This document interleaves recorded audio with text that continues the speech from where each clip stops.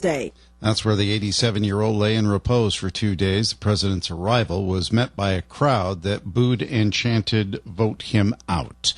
Demonstrators took to the streets again last night, protesting the lack of direct charges in the Louisville police shooting of Breonna Taylor. The 26-year-old EMT was shot to death in her home back in March when police, using a no-knock warrant, tried to carry out a drug raid. The decision not to charge any of the officers involved with her death sparked outrage among many, and not just in her hometown. COVID-19 cases are on the rise in the United States. There were more than 41,000 new cases a day over the last week, a 7% jump from the week before. Deaths were also up 5%, the first increase after 4 weeks of decline. One study blamed students returning to college as one driver for the new uptick.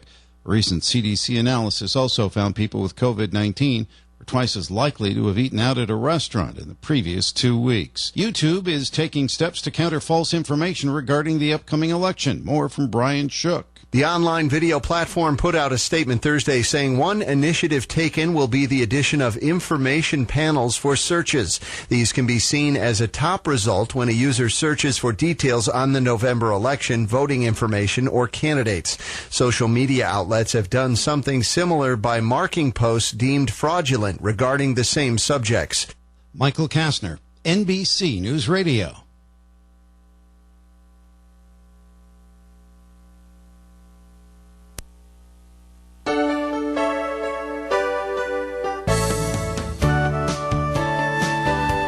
Good morning and welcome to Coffee Ann, the longest-running panel discussion show in American radio. To make a comment or ask a question of the panel, call 401-766-1240 or email coffee@woonsocket.radio.com. And now, let's join the Coffee Ann panel. And a good morning to you. It is Coffee Ann time on ON, AM, and FM. I'm Joe Callahan. Thanks for joining us on this Friday morning. It's September 25th. And across the table from me, Paul Ouellette from the Northern Rhode Island Chamber of Commerce. Good morning, Paul. Good morning, Joe. Nice to have you here. Thank you. Thank you. A little later on in the program, around 8:15, we're going to be joined by Vincent Bono. He is running for State Rep, District 49. We'll hear about his campaign. And then at 8:30 this morning, we'll be joined by Woonsocket Police Chief Thomas Oates, as they had the big drug bust and the big press conference earlier this week. So quite a few people involved in it. Yeah, we'll find out more about as much as the chief can tell us how that investigation went earlier last couple of months. All right, Paul, it's time for our first message from the Northern Rhode Island Chamber of Commerce. Well, thanks, Joe. Here we are towards the end of September, and we continue to be busy at the Chamber.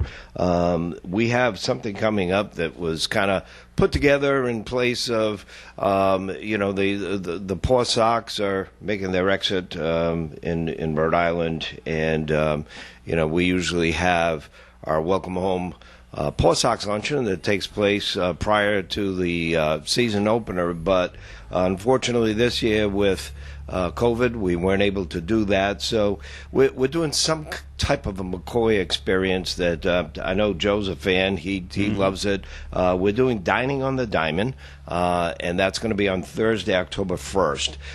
It's almost sold out. So if that's something that you would like to do, it's limited to 100 people. It is. We're hoping the weather's going to be good and it'll be right on the diamond. If not, if it rains, they're going to make another arrangement under the tents. But they from what I understand, and Joe's been, he probably can talk a little bit about it. But from what I understand, that there's a long waiting list for the Paw Sox to do this. People are kind of intrigued by sitting on the ball field, and it's not a chance that everybody gets to do. So it's kind of a cool thing. Again, that's happening on October 1st, and then on the next Monday, October 5th, we're having a pop-up networking event at Lola's Lounge. It's a new restaurant in Smithfield. Don't be confused about the lounge. It's not a bar type thing, but it's a very nice. I guess if I had to describe it, kind of funky in the area. It's pretty cool. So that is the Women's Business Council and you don't have to be a woman to attend. I'll be there myself. And then looking on 2 other events in October, we have How to Speak with Confidence. That's going to be a virtual webinar, and that's going to be on October 20th. And then the very next day, October 21st, we have Nellie Gorbea coming out. We always offer, do you want to do it live? Do you want to do it virtually? And the Secretary of State said, I'd like to do it live. So that's going to be at Kirkbrake Country Club. If anybody's interested in any of these events, they can call us at 334-1000, or you can visit our website at nrichamber.com. All right, Paul, thank you very much. Dave Richards is joining us at the coffee and table at the moment. Good morning, Dave. Good morning, Joe. Good morning, Paul. Good morning, everybody. Lovely day. That Nellie Gorbea, she's a real hot ticket.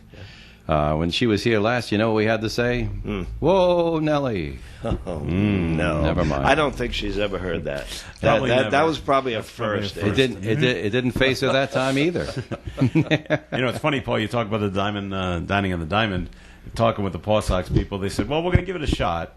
I don't know who came up with this idea. They said, well, we don't know if people are going to like it or even want to try it. But it turned into a smashing success. Yeah. So much so that, the Journal did stories and the Globe did stories and the New York Times called and did a story about it. And they got copycats all over the country. Not really copycats. Other minor league teams called them and said, what are you doing and how do you do it? Yeah. And then they started, they got down all the basics, and other teams started doing it, and so it went across the country, and it all started with the Pawtucket Red Sox. Yeah, and as far as the accommodation, they have the picnic tables already. Yeah. For the tent areas, and they are. I did see a drone view of one of the events that they held, and they are pretty well spaced, and I guess if you the tables of 8. And yes. And if you're comfortable with your group, and you sit 8 people at a table, but it is a pretty neat event, and I know both of you have been down on the field, and it's a pretty unique perspective. One you never get to see. Yeah, and I and won't get the chance to see it again. Well, we'll see, but I wish I could grow my grass that good. They have professionals. Yes. Yeah. People, you go to college to learn how to grow the grass like that. Yeah, actually, there's you can take a course in turf management. You can, and I believe it at URI. If you go down towards the campus, you see all the fields where they actually grow the sod. And there's an exact science to it. Well, how about this? The Paw Sox are known for sending players on to the Boston Red Sox, and broadcasters go on to Major League Baseball. They have sent 2 groundskeepers. One went to the LA Dodgers, and one went to Yale University. Wow! To take care of all their grass, so they have to keep replacing people. Well, and then the artistic side of it, where.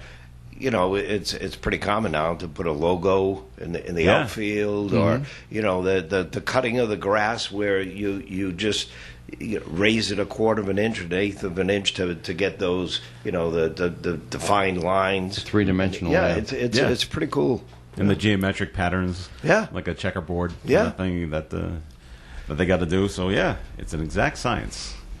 I'm lucky if my rows are straight at home. But. All right, we had another homicide in Providence. Number 12. Number 12 of the year. You're right, Dave. A stabbing yesterday, and it just makes you wonder because they had the stabbing at the Providence Place Mall. Since they've started collecting all the guns and gun buyback programs, are we just moving on to knives now because they're just easier and less expensive? We told them. Yeah, they're going to switch weapons. Yeah.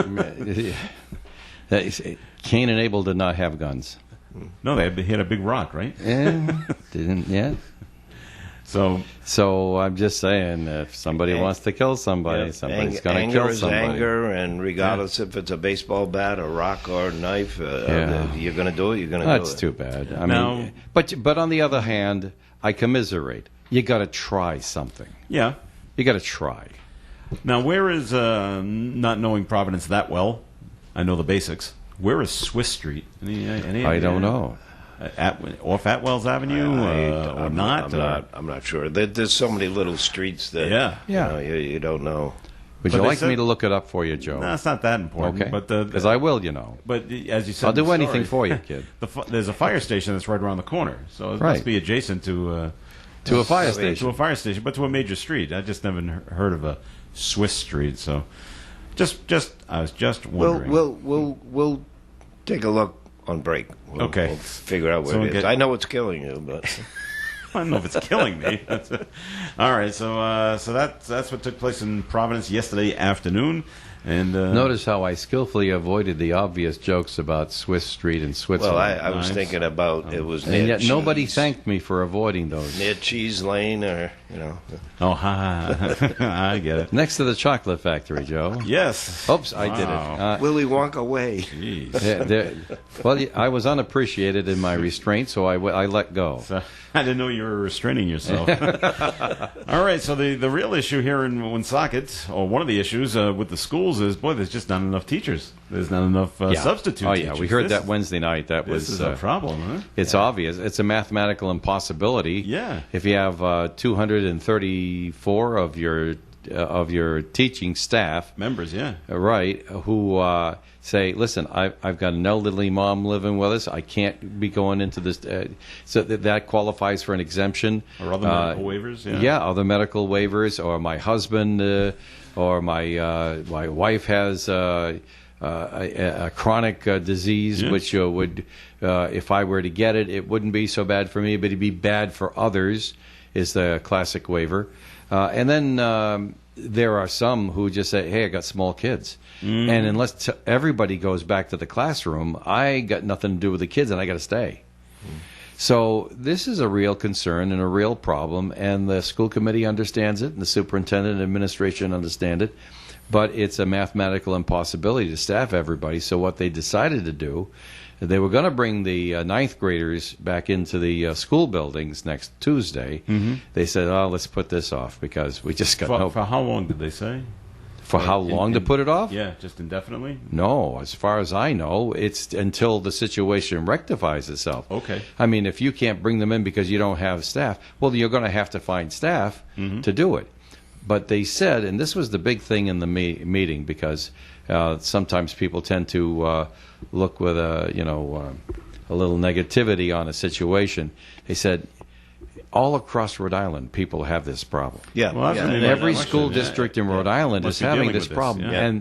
And the reason they can't get substitutes is because of the problem. You can't even get a substitute from North Smithfield or Cumberland or somebody to come in and work in Woonsocket because they're out too, because they've lost teachers and they're using the substitutes in their towns. So I mean, if there's a statewide shortage of substitutes because the pool is already used up, now you don't have any way to call anybody in. No, it's a real situation where my wife and I have a personal friend who is a high school teacher. Yeah. And she has type 1 diabetes.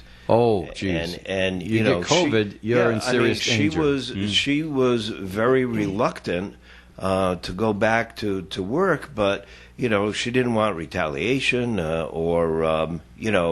she said, I need to work. And I just I can't walk away at this point.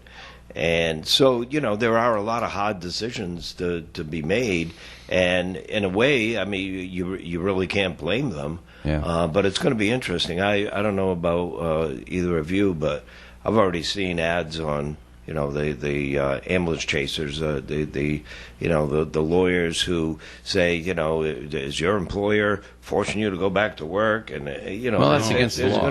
There's going to be lawsuits. Okay. Yeah, that's against the law. We knew that. They passed a law about that way earlier in the year.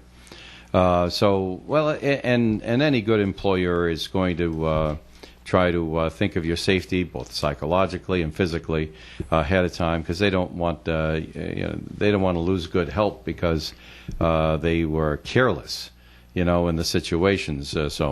And if your employer doesn't care about you that way, you need a new job. Yeah. And so I keep repeating that all the time. I says, you work for good people. I said, my dad always taught me, scrutinize your employer. You're in a job interview. It's natural to be nervous, but you scrutinize them more than they're scrutinizing you. Yeah. Because your name, if you're a good worker, your name's going to be associated with that company. If they're a bunch of creeps, you're associated with creeps. And if it turns out that it's not a match, get out. Did they say at the school committee meeting, is the administration reaching out to retired teachers to try to get them to be substitutes as an alternative? Doesn't have to say it. Yeah. You know that they've done that. Okay. Yeah. Wow. It doesn't have to say it. Of course, you can be retired just so much. Remember, you still need a teaching certificate from the state. Mm-hmm. It has to be up to date. Current. Mm-hmm. So, right. So if all your credentials have lapsed because you've been retired for so long, there's no sense in them asking you. Yeah. All right. Well, that's a real issue, and I hope the parents of the ninth graders and the ninth graders understand why they have to stay Well, home. they'll adjust. Yeah. The younger ones don't adjust as easily to the change as the older ones do. I don't know. The older ones have met some adversity and have had some practice meeting adversity. Oh, geez, look at the clock, Joe. We got to get. Yeah, no, we got to take a break here because we got to get Vin Bono on. So, Paul, let's get a second message from the Northern Rhode Island Chamber of Commerce, please. Then we'll take a break. Thanks, Joe. There's no doubt we're in difficult times. It's interesting that having a lot of conversations with different types of businesses. Some people are doing very well, others are in dire strait, and reason for concern. But just know that the Chamber of Commerce is there. We've been helping since the pandemic broke. We've been helping to get information out there, latest information on what's available, whether it be the PPP loans. There's just a lot of stuff going on, and the chamber does maintain a page with all that latest information. There is some help coming to businesses who want to bring their commerce outside. We most often think about restaurants where they need to have tents, tables, heaters, that sort of thing. Commerce RI has issued an RFP. The chamber has replied to it. We're keeping our fingers crossed that we get the funding to help businesses, but it's not just restaurants. I mean, we got an inquiry from an attorney who said, look, we don't want anybody in the office. Right now, somebody runs outside with a clipboard and goes up to the vehicle and say, here, sign these documents. And they don't think that's a professional way to be conducting business. So they'd like to have a tent. They'd like to have a table, a couple of chairs out there. So it's a more professional setting. So, stay tuned. We hope to have some money available to help businesses. This grant will pay for it. One of the issues that we're facing is that the propane heaters that you see outside, they're becoming tough to get. A shortage. I checked out a few websites just to see, because we're going to be, should we get this grant, we're going to be procuring the merchandise. But I went on a couple of websites, and Best Buy being a good example, where every single one they had listed, it said sold out, and there wasn't one to be had within a 250-mile radius of Lincoln. Mm-hmm. So that's going to be a challenge if you're looking to do something outside. You might have to come up with Plan B. Maybe it's not those big propane towers. Maybe you need to upgrade your electrical and have electric heaters out there. But it's we'll have more about that. But anyway, if you're a member of the chamber, we thank you for putting our trust, or putting your trust in us to help you get through these times. And if you're not a member of the chamber, give us a call at 334-1000. We'd be happy to help you in any way we can and get you through this and make your business more successful. All right, Paul, thanks. More Coffee Ants coming up. Stay tuned. Hey, folks, Chan's Restaurant is serving their delectable dishes via their easy takeout window off Clinton Street and in their comfortable dining room and cozy lounge. In fact, Chan's has WRIK karaoke every Friday and Saturday nights in the lounge now from 9 to midnight. Be sure to bring your masks to wear when you're not seated at your table when you return to Chan's Fine Oriental Dining, 267 Main Street in Woonsocket. I'm here with Kara Benjamin of the Benjamin Insurance Agency. What types of insurance do you provide? If you come see me, Kara, I will help you review and protect the most important assets in your life. We offer protection for personal lines and business lines of insurance in Rhode Island and Massachusetts. My mother, Celeste, will help you plan for retirement and assist you with protecting your family by providing life insurance. You're in good hands with Allstate and Kara and Celeste Benjamin of the Benjamin Insurance Agency, 125 Eddie Dowling Highway, across from Dowling Village in North Smithfield, 765-5000. Our business is truly a referral business, and we have built it based on our premier service level and commitment to what we do.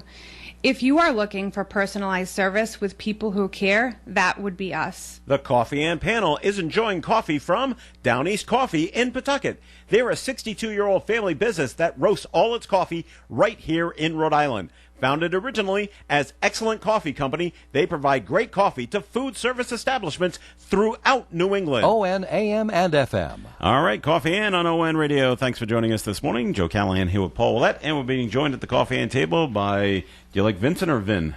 Vin is fine. Vin is fine. Why can't we hear Vin? There he is. Vin Bono. He is running for state rep in District 49. How are you? I'm good this morning. Thanks, Joe. Excellent. Thanks for having me. Thanks for joining us today. So I'm sure you've heard of Vin's name around the area. He's in a few business ventures and a brand new nonprofit that's coming up. But we're here to talk about your campaign for the state rep District 49.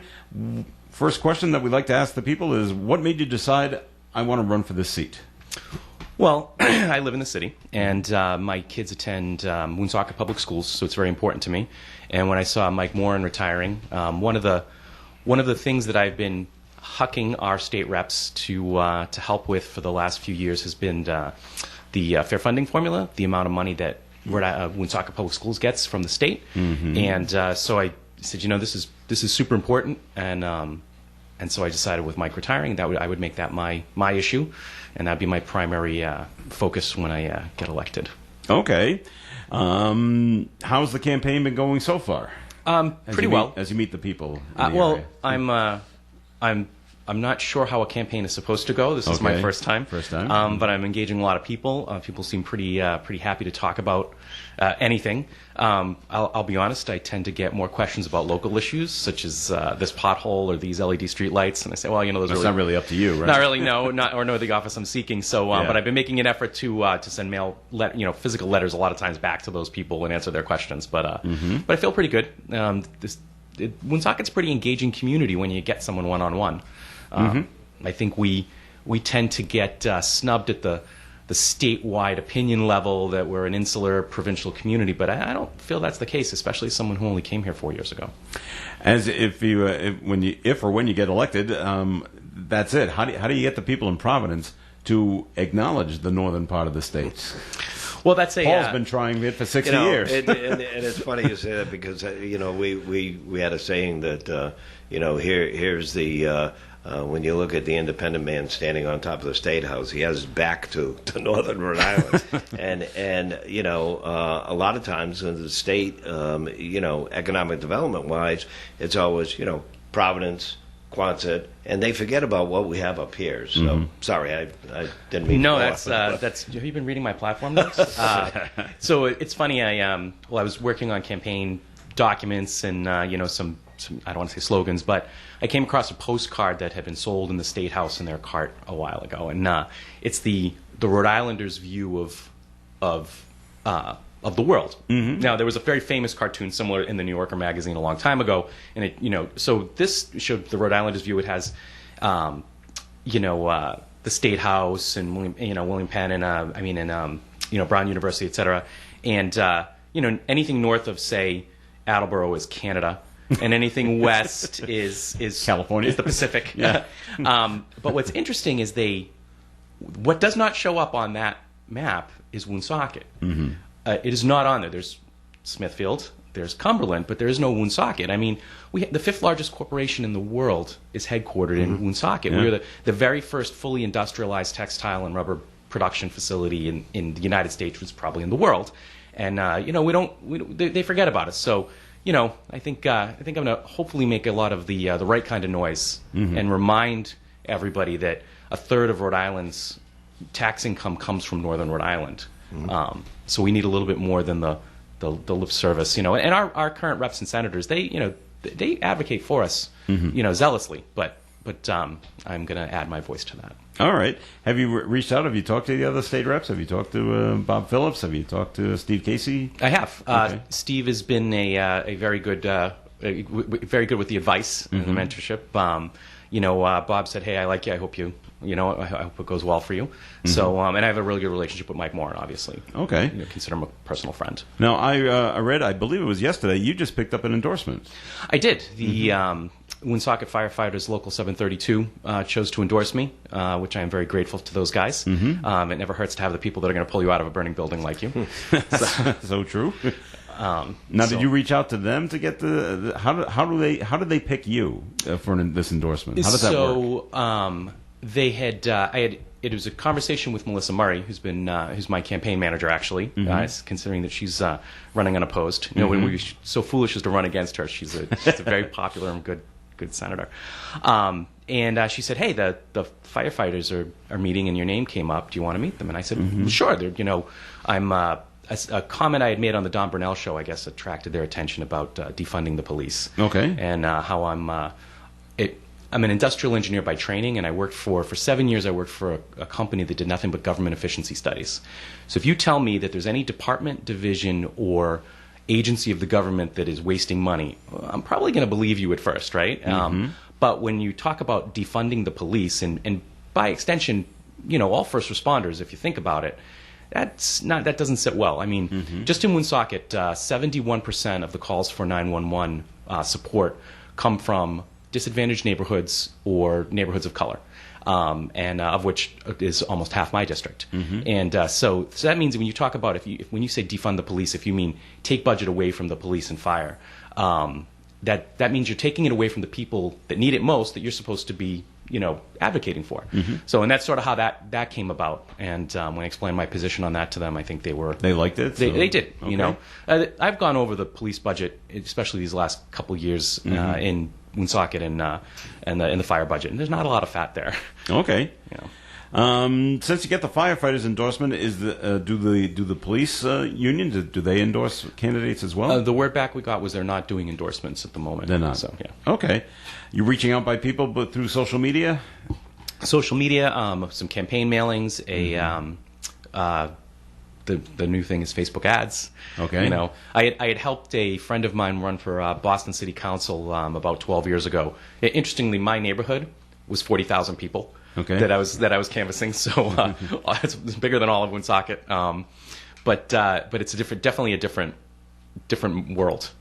You talked about the job you had. What's your educational background? So I just have an associate's degree. I'm not. I don't have a formal 4-year education, and mostly I came up through the working in industry and on-the-job training. Okay.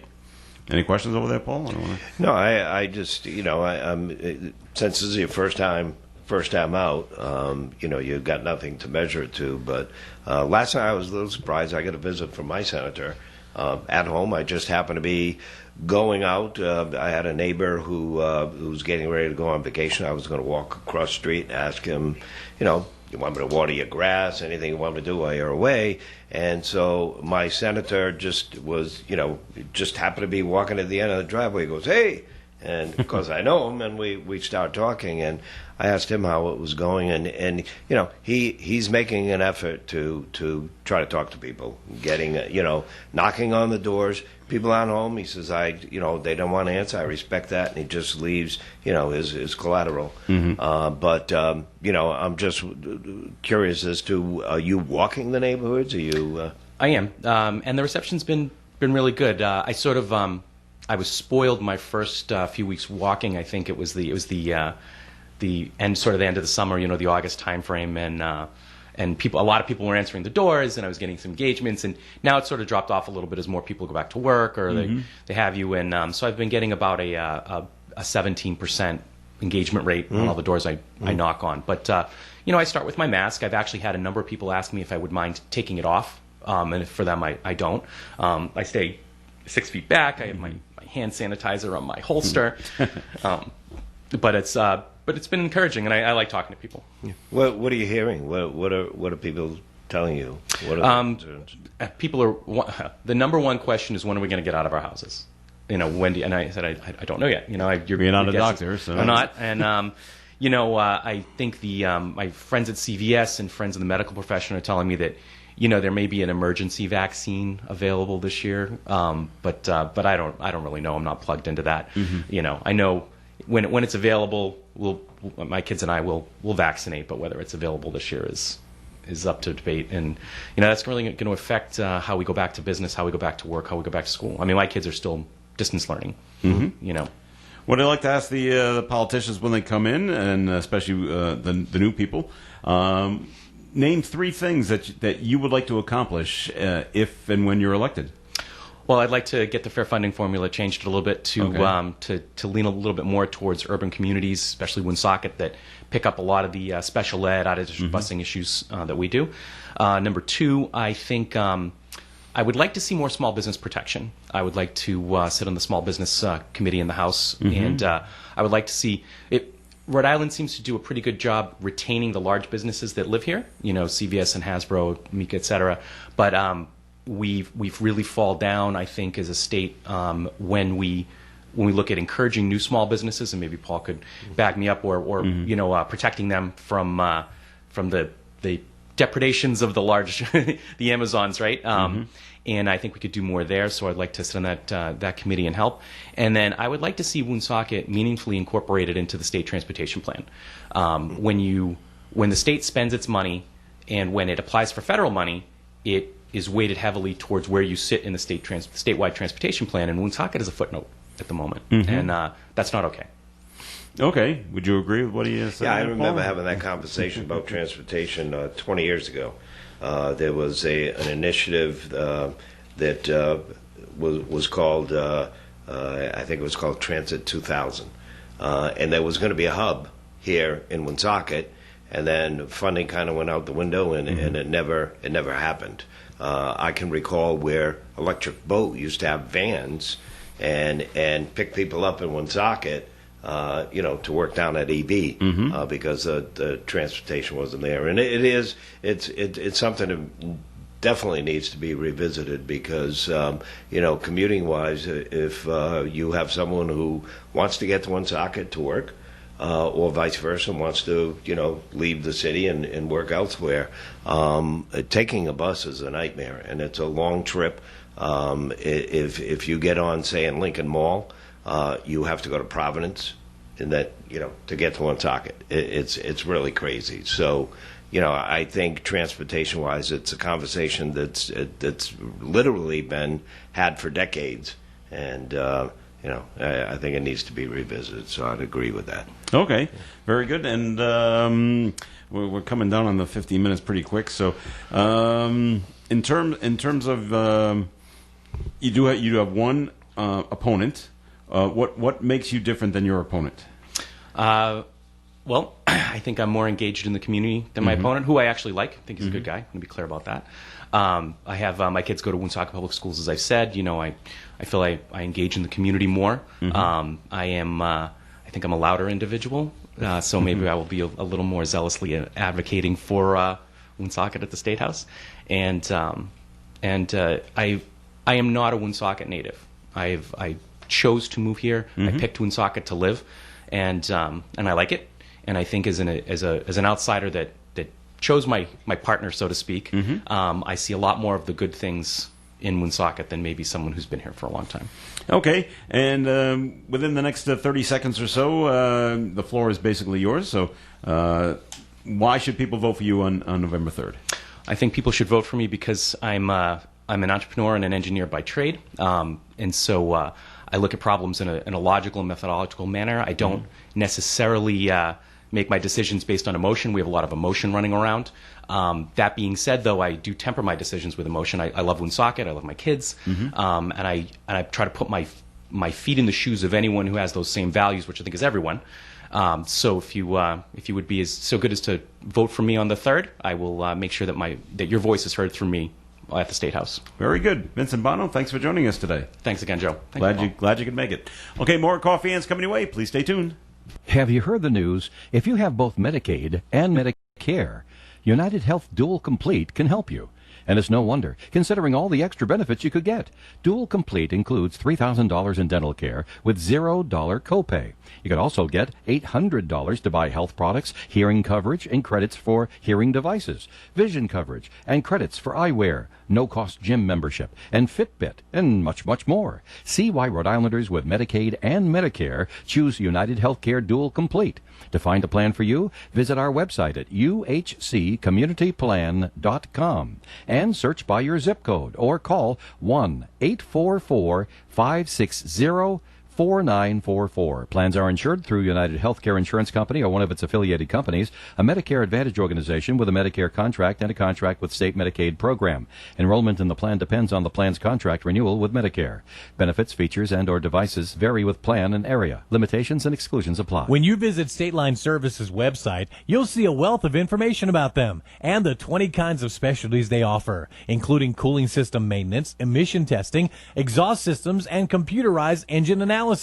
Because today's vehicles are a complicated piece of equipment with a network of sensors that monitor your vehicle's performance.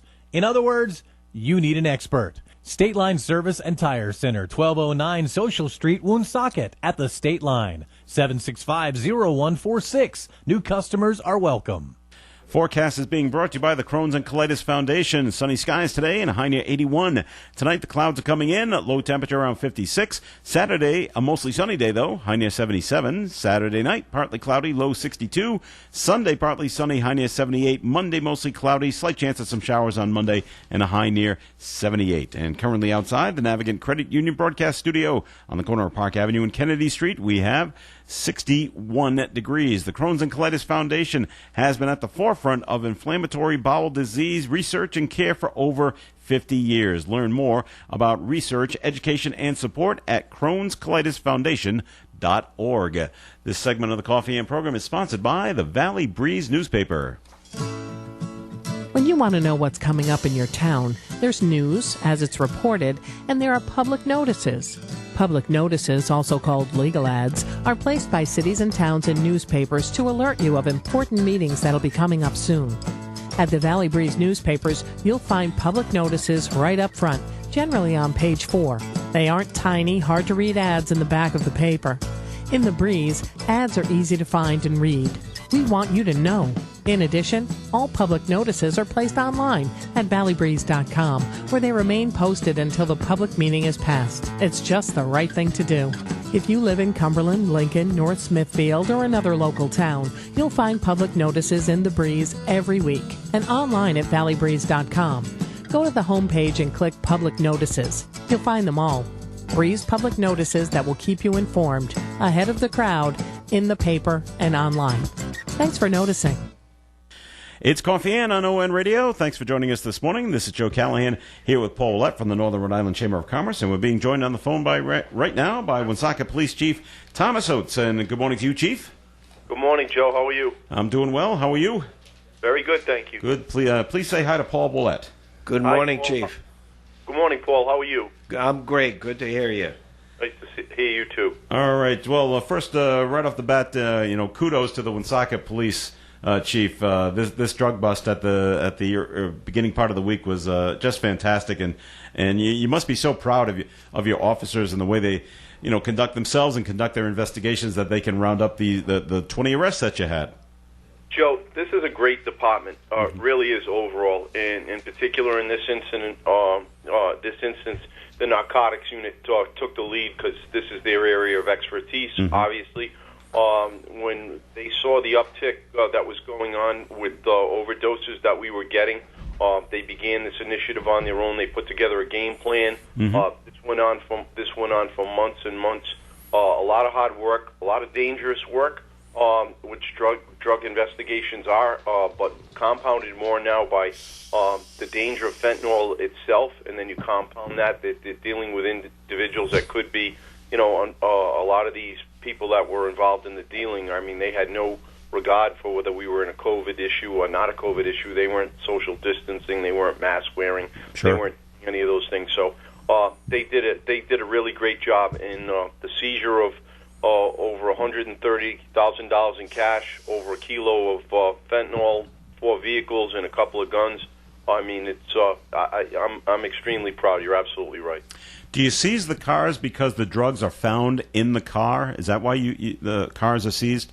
They're either the fact that the drugs are in the vehicle or the vehicle's being used to transport the drugs in different buys that we had. So it's in furtherance of their drug business. There's a state forfeiture law and a federal forfeiture law. These cases in particular are all going statewide.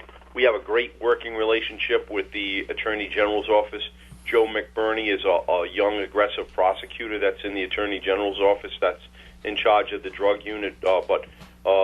So we have a great working relationship in all cases that we have, but in particular with these drug cases. Okay, I did get a note that was emailed to me yesterday. Just they heard that the chief was going to be on, and so they just wanted me to ask this question to you. And I don't know if you can answer the question. I don't know if this is your decision or not. But when they read the whole article in the newspaper, they wanted to know why the addresses of the people that were arrested were not printed. Okay, the towns were there, mostly from Woonsocket, one from Providence, one from Southborough, Mass.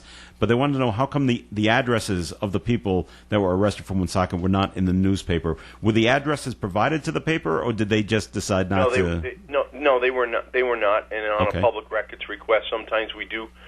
Sometimes we do put them out there. Sometimes we don't. I mean, that's a fine line, as far as that goes, because some of them weren't dealing out of their neighborhoods, and then we have a problem with retaliation too at different times. So there was no particular reason to or not to, but they were not given to the press in this particular instance.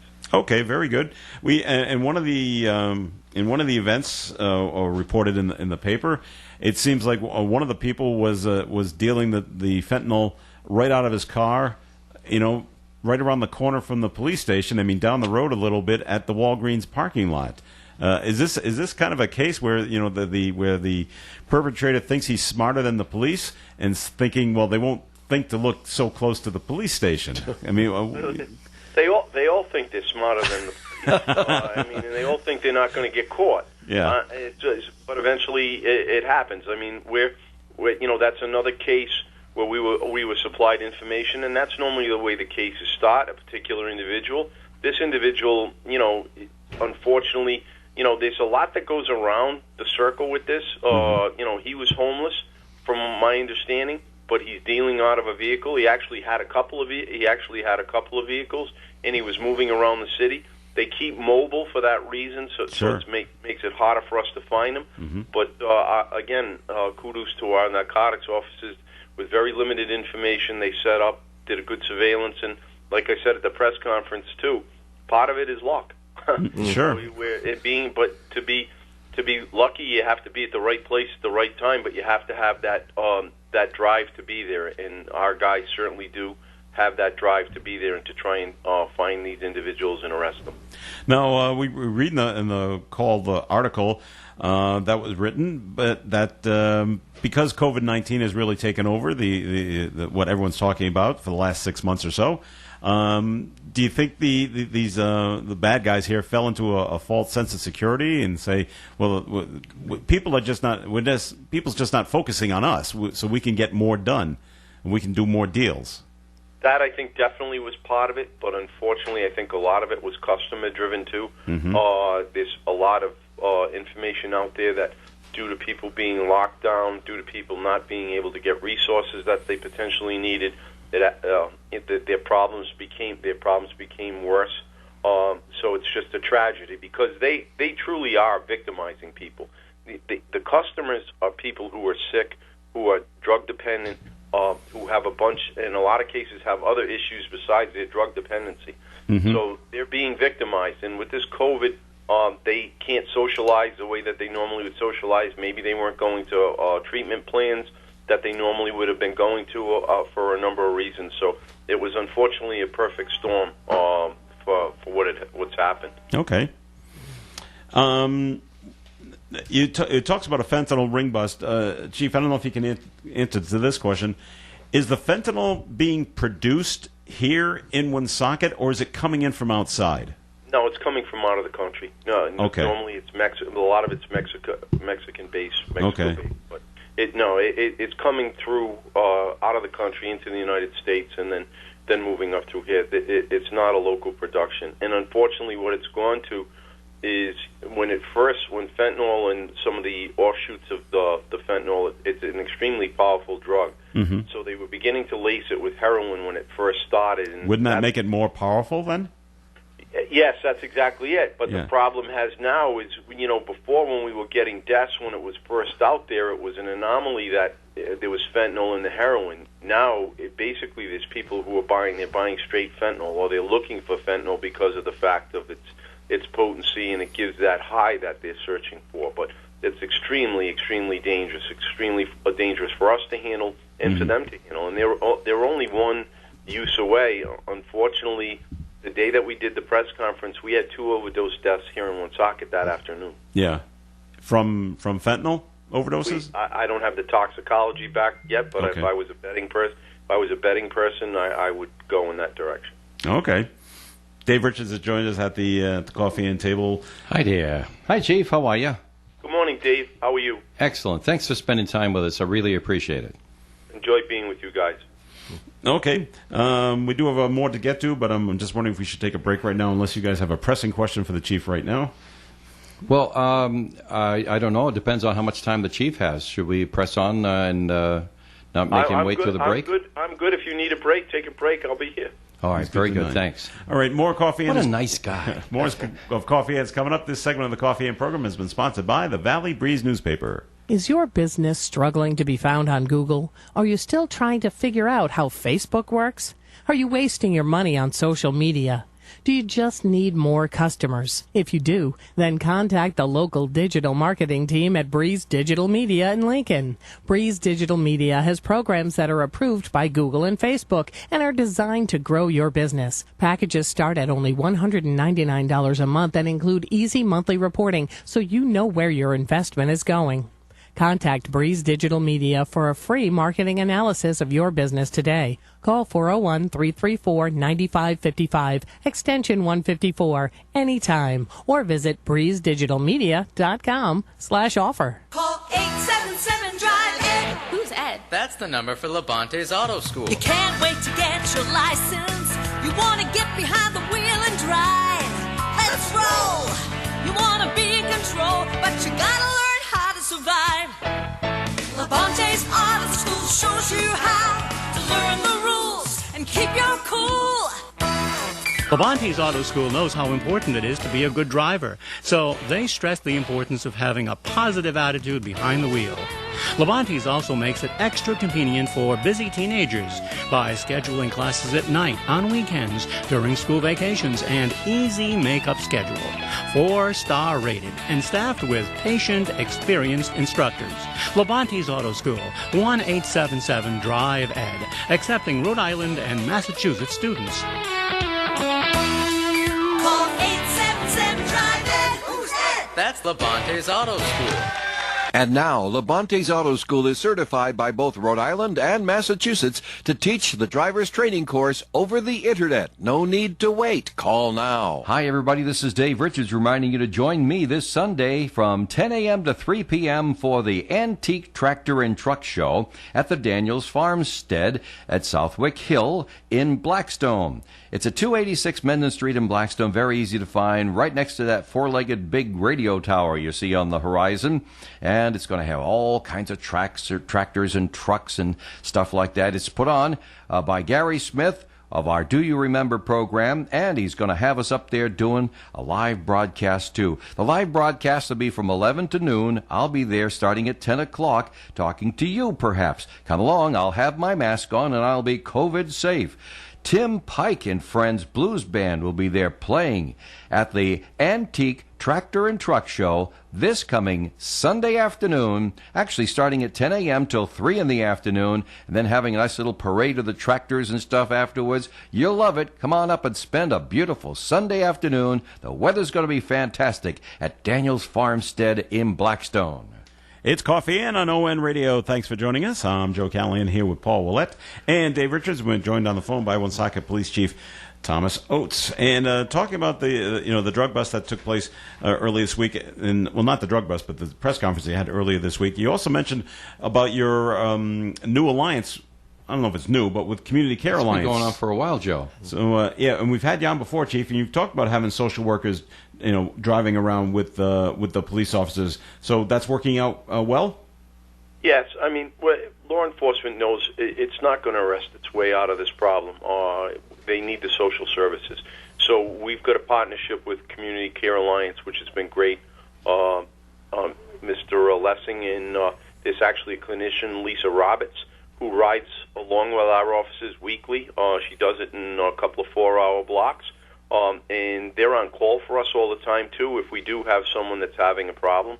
So that's one of our initiatives. And then the other thing that we're involved in is we're involved in the statewide, what they call HOPE initiative, which is sponsored by the Department of Health through the state police, where we have officers go out with clinicians once a week and visit people who have overdosed and try and convince them and check on them to get the treatment that they need. Because they truly do need the treatment. So it's just another avenue, another approach to it. Whenever, our primary function is law enforcement and the enforcement of the laws, which we'll always do, but realizing that anything we can do to reduce the demand affects the people that are involved in the supply. So we take that aspect seriously, too. So, go ahead, Paul. Chief, what would the social worker's role be while riding with the officer? They actually go following on the calls. If we go to an overdose, they would be going to the overdose. They'd speak with the family. They'd try and offer what services that they have are there. They also, if we have a lot of cases that are also alcohol related and mental health related. So they would at any of those particular calls, our officers, even if it's not the car that has the clinician with them in the car, they would ask for the clinician to respond over there, to actually speak to this individual to try and get them in some type of a help program. Because part of this is what Ben Lessing brought up in the thing, in our press conferences, these are unfortunately what we call frequent flyers, where we're constantly called to the same locations, the same people for the same problem. Mm-hmm. The sooner we can eradicate that or get them the help that they need or get them into treatment, whatever it is, that stops us from continually responding to there. It's better for them and it's better for us.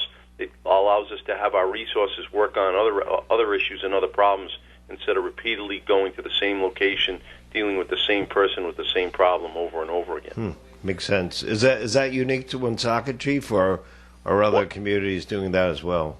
Providence has done that, and that's part of how I knew about it when I came to here. Providence has done it with family services for years, and it's the same thing. But we're involved not only with them, but we're with Day One.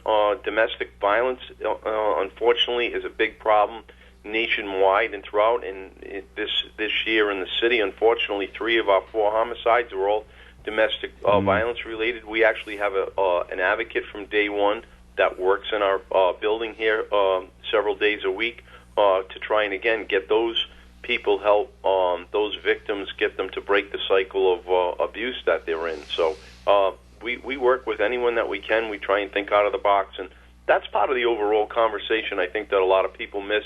You hear these fringe groups on defunding police. They really don't know what we do, and they don't know how forward-thinking or how progressive we have become in changing our operating style. So, we are evolving. We're trying to do the best job we can. We don't simply arrest people. We don't simply just go to calls and do that. We try and help people. That's the main reason that we're here, and we'll bring in whatever resources we can from the outside to accomplish that. I really agree with that. I think people just see, the police, they just ride around and they're looking out for, they want to nab you doing something, and they don't realize what, I would say 90% of what you're doing is behind the scenes, and you don't know what they're doing, like this investigation right here with the drug bust. And you're absolutely right, Joe. With a lot of what we do, it's not law enforcement. It's not really, well, it's all law enforcement because we're law enforcement, but it's not about arresting people. It's about providing people services, about helping people. Everything from, changing flat tires to responding to people who are locked out of their houses to helping people who unfortunately are in a car crash. That's the majority of the work that we do. It's not arresting people. Now, in terms of having the people from Community Care Alliance ride around with you, what's been the reception of the people when you go to them that have a problem? Could be drugs, could be alcohol, and say, here's someone that wants to help you. Are people taking the help, or are they just saying, "I'll go away," kind of thing? No, they're very receptive to it, and they see that. And it's, I've been involved in law enforcement for a long time, over 45 years. We didn't have these resources back then. Sure. You went to the house where it was a domestic violence issue or an issue like that, and you're kind of helpless. You did what you could do, but you had to leave. You had to go to another call. You had to go to somewhere else. This gives the officers the opportunity to have the people in the victims, or whether it's families of the victims, speak to someone to say, hey, I can help you, and I can help you tomorrow, the day after, or whatever it may be. Here's a number you can call. Here's a place that you can go. Here's someone here's something that you can do. And that's just something that we didn't have before. So anything that we can do like that is a positive. Have you noticed, like when you go to certain places and you got to arrest people for drug possession or whatever, and they actually say, I need help. And the users especially. We focused on this operation that we had. These are people who are dealers. These are people who are hurting people, victimizing. Right. There's a law that's in effect even right now that if you're with somebody who's overdosing, even if you're in possession of drugs yourself or involved in drug use yourself, we want you to call 911. We want us to respond because we want to save the person that's dying of the overdose. So our focus is on with the people who are addicted. We want to get them help. Incarceration is not going to help. Incarceration is not going to help them. We've had, unfortunately, cases where people have overdosed at 10 o'clock in the morning that we've responded to, and then we respond back at 9 o'clock at night, and the same person's overdosing again after they've been released from the hospital. We want to try and break that cycle, and, they need the help to do that. Okay. Did you hear about that story yesterday? It wasn't drug-related, but the man that just got out of jail, and he was released from, I think it was in Providence, and he was released from the court, and he went out and allegedly stole the bail bondsman's car. It wouldn't surprise me. Like immediately. I'm like, wow. No, wouldn't surprise me at all. No, okay. We did have a note that's been written in, and it's to you, Chief. It's on a different subject. It's about it just says, to the Chief, you've had speeding monitors on Park Avenue recently. However, there's one section that will light the monitors up like a Christmas tree. Northbound into the city, please place a monitor a few feet before Smith Street. I guess that's off Park Ave. I can do that, and we certainly move them around the city. And I agree, speeding is a problem in the city on a number of streets, and it's a complaint that we get all the time. And especially right now, I think we get more of them than ever because people are sitting at home because a lot of them aren't working, and with COVID and that, so they're watching the traffic because they don't have anything else to do.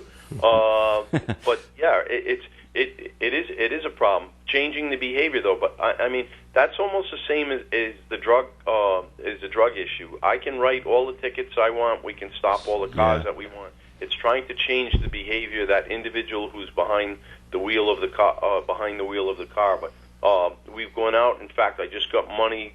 We have a second speed sign, which was funded through DOT. I've got a great relationship with Gabe Abadi at DOT, and they're like $18,000, and I was able to get another one. We move them around. We try and do that. I have motorcycles that are out there. I have speed enforcement. That we do. We're doing the best we can, but it's a challenge. But we would ask people just to drive responsibly. Chief, are there some of the major communities have installed cameras? Any thoughts on that for Woonsocket? The cameras are only allowed in the schools, in the school zones, and we haven't had any discussion on that. I mean, that's kind of a political hot button too, because there's people who make the accusations. It's not about safety; it's about raising revenue. So there was a lot of controversy in Providence when they did that, and now the law has changed too, that any of the monies that are derived from any speeding, first of all, they have to be in school zones, and then any money derived from that, I believe, has to go back to the Department of Education. But no, we haven't had any discussions up here, and I think a lot of the public will does not wish for that to happen. Mm-hmm. Okay, Chief, question for you that I've had in terms of new officers and coming in a different class, are you trying to recruit more minorities to become police officers? Yeah, absolutely. That's a priority on us, and one of the problems we had, COVID did affect that. Yeah. We were right in the process of of beginning our process. We were actually scheduled for a written exam the week after they shut down. They shut down prior to the week that we were going to do it. We had over 180 applicants apply to take the test. We were able to give the test a month or so ago. We only had 50-some of the 80 respond to actually take the written test. So we just interviewed, myself and Director Gillette just interviewed 30 candidates that passed both the written and the agility test. There are a few minority candidates in that process, nowhere near the amount that we would like. And part of the problem is all departments are competing. There's one candidate in particular that I really liked and really spoke to, and whatever it is, he's already been offered a job by a police department in the southern part of the state. So he, even though I'd like to hire him here, I don't know if he's going to come here. He's going to go somewhere. He's probably going to go somewhere else. Is that because he applied there first, or how did they get the jump? They pay probably about $15,000 more a year than I pay here. Okay. That's one aspect. That's one aspect of it. I mean, and that's a challenge too. I mean, and I appreciate the mayor and the council have been extremely supportive of the police department. In fact, there's a contract that's been worked out with them where there's a pay increase that's going to go before a council workshop, I understand, in the next week or two. There's only so much water in the well. Right. I understand that, but in the overall scheme of things, the officers here in Woonsocket are on the low, if not the bottom, of the pay scale in the state. And it's a busy place, and it's a hard place to work. There's a lot of good police work that goes on here. So it's a challenge to get people to come and apply and to retain them. But it's something that we're working on.